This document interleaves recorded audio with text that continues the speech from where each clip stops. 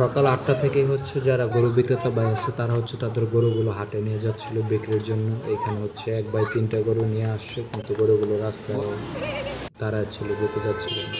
তো এইদিকে আমার কাকার গরুগুলো পিকআপে ওঠানো হচ্ছিল এই হাটে নিয়ে যাওয়ার জন্য। ভালো করে রশি দিয়ে বেঁধে নিচ্ছে যাতে, কারণ একসাথে প্রায় ৩-৪টা গরু ছোট্ট একটা পিকআপে ওঠাতে হয়, তো যেটা রশি দিয়ে এইভাবে যদি বেঁধে না নেয় যেটা রিস্ক। এদিকে তীক্ষ্ণ দৃষ্টিতে দুই পাশের গাড়ি দেখতেছি হামজা। মোটামুটি 4টা গরু গাড়িতে নেওয়ার পর এই আমার কাকা গরুগুলো গুনে দিচ্ছিল ভালো করে যে কয়টা গরু এখানে। তো মোটামুটি গরুগুলো নেওয়া হলে এই পিক আপটা ছেড়ে দেয়। এই এক মানে এটা আমাদের প্রথম ট্রিপ, যেটা যে পিক আপটা 4টা গরু হাটের উদ্দেশ্যে যায়। তো পিক আপ চলে যায়, কিন্তু এর একটু পরে আকাশে এত কালো ঘন মেঘ ছিল যে পুরো চারপাশ অন্ধকার হয়ে গেছিলো। ভাবতেছিলাম যে আল্লাহ কী হয়।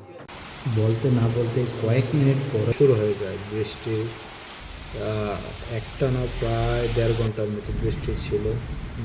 আমার মাথায় করতেছিল যে হাটের অবস্থা আবার কেমন হয় না হয়, কারণ বৃষ্টি আসলে হাটে পানি জমে যায়, হাটটা একটু নিচু। একটু পরে চলে যায় রসুলপুর গরুর হাটে। গরুর হাটে গিয়ে দেখি যে চারপাশে অনেক কর্দমাক্ত অবস্থা, মোটামুটি এই কাদা টাদা ছিল অনেক।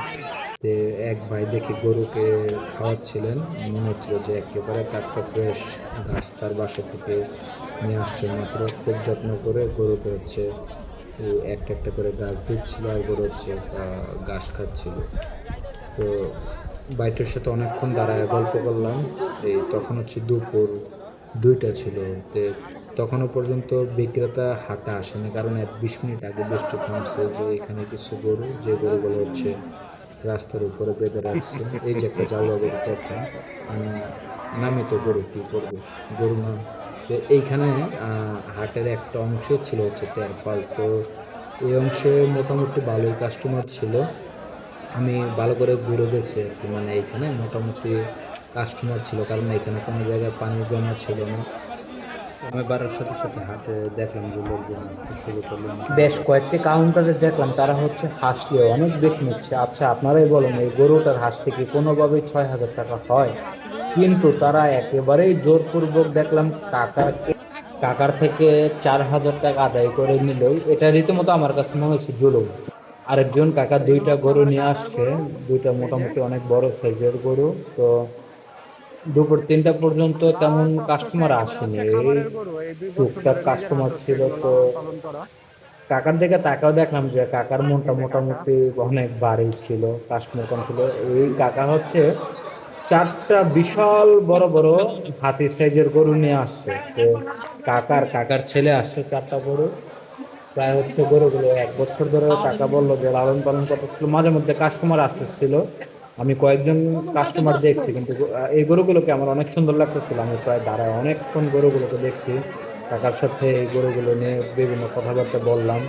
তো হাটের এই সাইডটাতে মোটামুটি ফলের ঠিক বিপরীত সাইডে, মানে হাটের এমন একটা অবস্থা ছিল যে দেখেন, মানে এখানে জুতো নিয়ে কেউ হাঁটতে পারবে না। গরু ধর কেউ না দেখে কিনবে না, মানে গরু যে দেখবে এরকম কোনো এখানে পরিবেশ ছিল না। আপনার এখানে জুতা নিয়ে ঢুকলে তো জুতা খুঁজেই পাবেন না। আর আপনার আশেপাশে তো ওই একবারে ভিআইপি ব্যবস্থা ছিল না যে ওই পাটা ধুইতে পারবেন। মাদ্রাসার কয়েকটা টিউবওয়েল ছিল। তো এই পাশটাতে আমি ক্রেতা তেমন দেখি নাই। এই ধরেন তেরপালের ভিতর যদি প্রতি মিনিটে 5টা গরু বিক্রি হয়, এখানে প্রতি মিনিটে মাত্র ধরেন একটা গরু বিক্রি হয় না, এরকম একটা অবস্থা ছিল। মানে এখানে কয়েকজন বিক্রেতা ভাইয়ের সাথে কথা বলার ট্রাই করছে, কিন্তু তাদের মনে অনেক চিন্তার বাদ ছিল যে কথা বলতে পারি নাই, মানে এক প্রকার হতাশা। সেই ঈদের তো মাত্র 2 দিন এই হাটে মূলত প্রায় প্রতি বছরই বেশিরভাগ মানুষের গরু বিক্রি হয়, কিন্তু গতবার যাদের গরু বিক্রি হয়েছে সন্ধ্যা 6টার দিকে, তাদের ধরেন এবারের এই সাইডে যারা আছে তাদের 20টা থেকে ঠিক মতো 5টা গরু বিক্রি হয় না, এরকম একটা অবস্থা ছিল আর কি। হোসেন ভাই অনেক কষ্ট করছে গতকাল। তো আজকে একটু রাত 10:30 বাজে হাট কেমন ছিল সেটা দেখা। এই যে দেখেন, এই কাদার ওই সাইডের একটা গরুও ছিল না। তো ওই গরুগুলোকে যে তেরপালের এই সাইডে নিয়ে আসছে রাত 9টা 40 মিনিটে।